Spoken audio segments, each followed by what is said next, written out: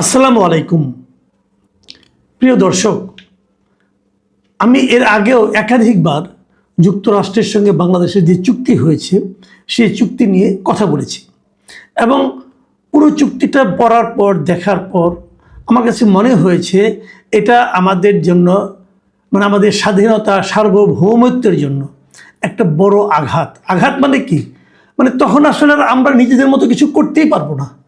কথা পরিষ্কার, গোলামী চুক্তি যাকে বলে, ওই যে আমরা বলতাম না যে বঙ্গবন্ধু ভারতের সঙ্গে 25 বছরের গোলামী চুক্তি করেছে, যেটা নিয়ে অনেক লোক মাঠ গরম করেছে এবং ওই প্রশ্নের ওই প্রসঙ্গটা উঠলে ওটা নিয়ে আওয়ামী লীগের কোনো জবাব দেওয়ার কোনো পয়েন্ট ছিল না। আমার বিবেচনায় যুক্তরাষ্ট্রের সঙ্গে চুক্তিটা করা হয়েছে, এই চুক্তিটার কাছে তুলনা করলে ওই 25 বছরের গোলামী চুক্তি শিশুর মতো। এটা এত ভয়ঙ্কর, এত নেকটারজনক, এত সার্বভৌমত্ব বিরোধী একটা চুক্তি বাংলাদেশে ডক্টর ইউনূস সরকার করে গেছে, যার সঙ্গে অন্য কোনো গোলামী চুক্তির কোনো তুলনা হয় না। জাস্ট আমাদেরকে ক্রিপল্ড করে দেওয়ার জন্য, আমাদের একদম বিকলাঙ্গ করে দেওয়ার জন্য, আমাদের ব্যবসা বাণিজ্যকে বিকলাঙ্গ করে দেওয়ার জন্য এই চুক্তিটা করা হয়েছে।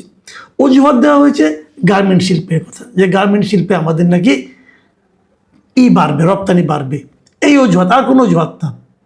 অথচ যে জুজুর ভয় দেখানো হয়েছে, সেই জুজুর ভয়টা এখন যুক্তরাষ্ট্রের যে সুপ্রিম কোর্ট, তারাই বলেছে যে ট্রাম্প এ ধরনের শুল্ক আরোপ করতে পারে না। তার মানে আপনি যদি আজকে চুক্তিটাকে বাতিল করে দেন, অমান্য করেন, তো ট্রাম্প চাইলেও কিন্তু শুল্ক অতটা আপনাকে বাড়াতে পারবে না, কারণ সুপ্রিম কোর্টে বলে দিয়েছে পারবে না। তাহলে আপনি ভয় পাচ্ছেন কাকে?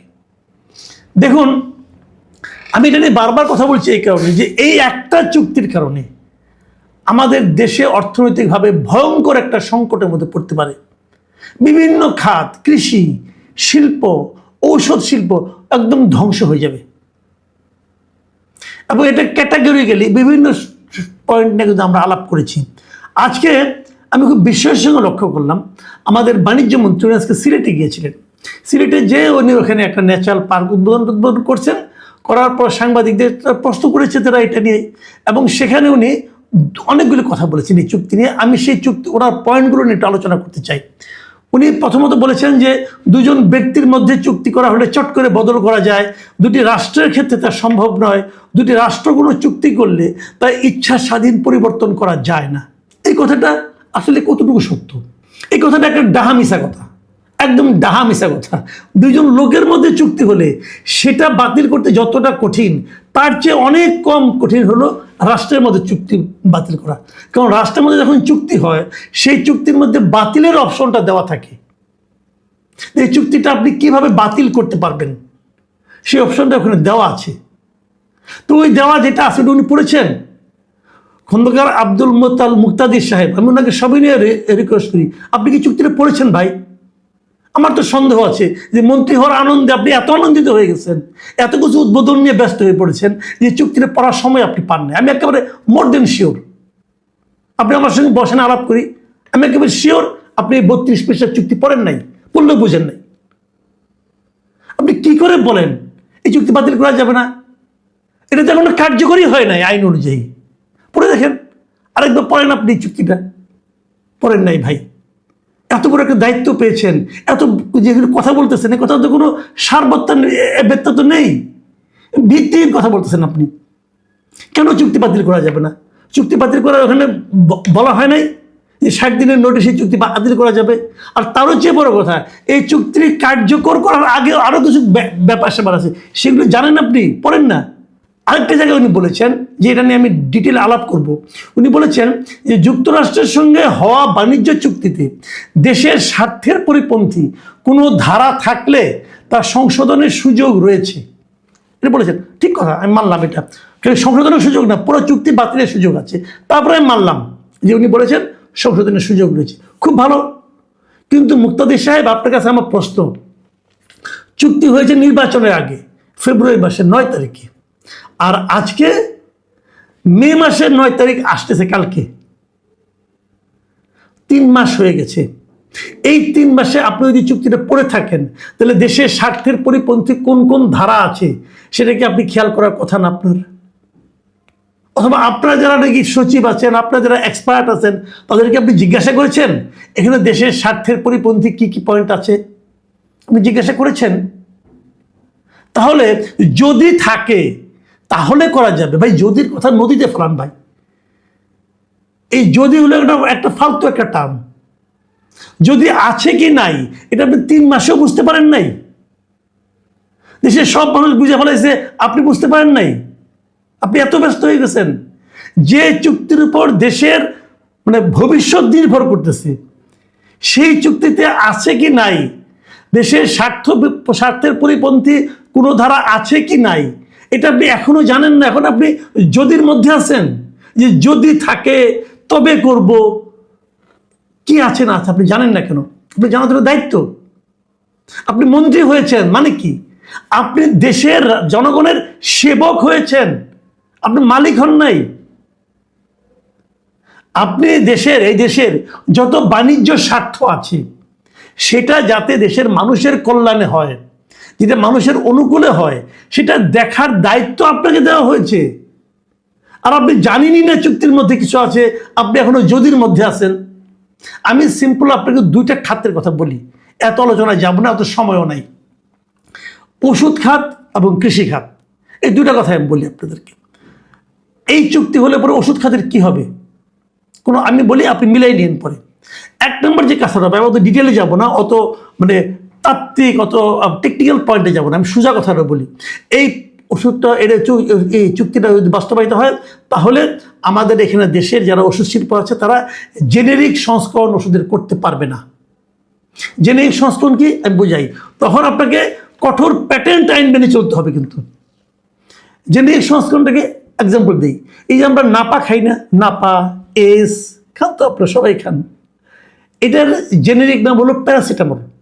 এই প্যারাসিটামল ওষুধটা এক একজন এক এক নামে বের করে, এক নামে বের করে। কিন্তু এটার প্যাটেন্টটা, ব্র্যান্ড নেমটা কি আসলে? যারা বিদেশ থাকেন তারা জানেন, এটা হলো প্যানাডল বলে এটাকে। প্যানাডলের দাম কত? এখন কেন তারা বেশি দামে করে সেটাও বলি আপনাকে। প্যানাডলের দাম কিন্তু প্রায় অনেক টাকা। আপনি থাইল্যান্ডে যেটা প্যানাডল কিনেন 50 টাকা লাগবে আপনার। তো অনেক দাম এটা। কেন সেটা বলি। হয় কি, ওষুধ যখন আবিষ্কার করে, কোনো কোম্পানি ওষুধটা আবিষ্কার করে, যারা আবিষ্কারের পেছনে একটা ব্যয় আছে না, গবেষণার পেছনে একটা ব্যয় আছে না, আছে। এই গবেষণা করে যখন ব্যয়টা করে যখন ওষুধটা বানায় তারা, তখন ওই গবেষণার মূল্যটাও এই ওষুধের মধ্যে তারা যোগ করে দেয়। এটা হলো তাদের ব্র্যান্ড নেমে ওষুধটা বিক্রি হয়। যুক্তরাষ্ট্রে ব্র্যান্ড নেমে ওষুধ কিনতে হয়। তো যখন ব্র্যান্ড নেমে আপনি কিনবেন, তখন ওইটার মধ্যে গবেষণা খরচ সমস্ত মিলে ওটার দাম অনেক বেড়ে যায়। কিন্তু আমাদের এখানে যখন আসে, আমরা তো জানি যে ওটার মধ্যে কী পদার্থ আছে, কী কেমিক্যাল আছে। কেমিক্যাল হলো প্যারাসিটামল কেমিক্যাল। প্যারাসিটামল দেখবেন 500 BP লেখা থাকে। তো এই যে জিনিসটা আপনার বিক্রি করে, এটা হলো আপনার ওষুধের আপনার জেনেরিক নেম। আমাদের এখানে দীর্ঘদিন ধরে একটা আন্দোলন চলতেছিল যে ওষুধকে জেনেরিক নেমে বাজারজাত করতে হবে। যখন আপনি জেনেরিক নেমে বাজারজাত করবেন, তখন ওষুধের দাম অনেক কমে যাবে। এটা আমার আন্দোলন ছিল। কিন্তু সেই আন্দোলনটা আমাদের বড় বড় ওষুধ কোম্পানিগুলি করতে দেয় নাই। তারা দেখে তাদের একটা নিজস্ব ব্র্যান্ড নেম দিয়েছে। কিন্তু এই ব্র্যান্ড নেমটা কিন্তু মূল ব্র্যান্ড নেম না, এটা হলো স্থানীয়ভাবে একটা ব্র্যান্ড নেম দিয়েছে। যখন এটা হবে, তখন এই মেধাস্বত্ব আইনের কারণে আপনাকে জেনেরিক নামে আর ওষুধ করতে দিবে না। তখন এই যে প্যারাসিটামল এখন 75 পয়সা করে আপনি কিনেন, সেই প্যারাসিটামল আপনাকে 10 টাকা দিয়ে কিনতে হবে ভাই। কথা পরিষ্কার, উৎপাদন ব্যয় বেড়ে যাবে। আপনি এখন যে ওষুধ আমরা বলি না, বিশ্বের সবচেয়ে কম দামে ওষুধ আমরা বিক্রি করি, আমরা বিদেশে রপ্তানি করি, পারবো না। আমরা সে কম্পিটিশনে টিকতে পারবো না। কী কারণে পারবো না? কাঁচামাল আনার ক্ষেত্রে আপনাকে নিয়ম মেনে চলতে হবে। কোন দেশ থেকে কাঁচামাল কিনবেন? যুক্তরাষ্ট্র তো আগেই বলেছে যে আমরা এমন কোনো আন্তর্জাতিক বাণিজ্য করতে পারবো না যেটা করলে পরে তাদের আন্তর্জাতিক বাণিজ্যের ক্ষেত্রে প্রভাব বিস্তার করে। আমি চীন থেকে কাঁচামাল কিনি, ইন্ডিয়া থেকে কাঁচামাল কিনতে পারবো না। তো এইগুলি কি আমাদের ওষুধ শিল্পটা কিন্তু এখন খুবই বুমিং, কিন্তু সারা দুনিয়ায় আমরা ওষুধ কিন্তু রপ্তানি করি। তো সেখানে আমাদের একটা বিশাল ধস নামবে। আমাদের দেশে কয়েকশো ওষুধ কোম্পানি আছে, দেখা যাবে বড় বড় কয়েকটা কোম্পানি ছাড়া বাকিগুলি টিকতেই পারবে না। ভাবুন আপনি, আমি ওষুধের কথা নিয়ে এটা নিলে এই ওষুধ দিয়ে আরেকদিনে হয়তো একটা কন্টেন্ট আমি করবো, কী অবস্থা হবে? ডায়াবেটিসের ওষুধ, ক্যান্সারের ওষুধ আমাদের সাধারণ মানুষ কিনতেই পারবে না, কত টাকা কোথায় আমাদের? এটা উনি বলতেছেন যদি থাকে। ভাই একটু সহজ জিনিস বুঝেন না আপনারা, যদি মানে কি? আবার আপনি ভাবেন তো যে কৃষিখাতে কি হবে? কৃষিখাতে যদি মার্কিন কৃষিপণ্য এখানে ঢোকে, তাহলে আমাদের গম, ভুট্টা, সয়াবিন, দুগ্ধজাত পণ্য, মুরগির ফিড এগুলো কিন্তু স্থানীয় বাজারে আমরা যেভাবে কিনি এখন সেভাবে কিনতে পারবো না। এর উপরে একটা প্রেশার পড়বে, স্থানীয় কৃষকরা প্রতিযোগিতায় টিকতে পারবে না। তবে বীজ, কীটনাশক এগুলোর উপর বিদেশি কোম্পানি আধিপত্য বেড়ে যাবে। স্টেট কথা যে আমাদের কৃষিতে আমদানি নির্ভরতা বাড়বে। যখন আমদানি নির্ভরতা বাড়বে, তখন যদি কখনো কোথাও যুদ্ধ লাগে, তখন ডলারের দাম বেড়ে যাবে, তখন আমদানির উপর আরও চাপ পড়বে। মানে পুরো দেশটার অর্থনীতিকে বিকলাঙ্গ করে দেওয়ার মতো অনেক ধারা, অনেক নিয়ম কানুন এই চুক্তির মধ্যে আছে। আমরা সেটা হাসি মুখে স্বীকার করে নিয়ে নাচতে নাচতে চলে আসছি। আমাদের এই শেখ বশির আর এই যে খলিলুর রহমান আর আমাদের মুক্তাদির সাহেব বলতেছে যদি থাকে তবে দেখব। হায় রে মন্ত্রী, হায় রে দেশ, হায় রে জনগণ। আল্লাহ হাফেজ।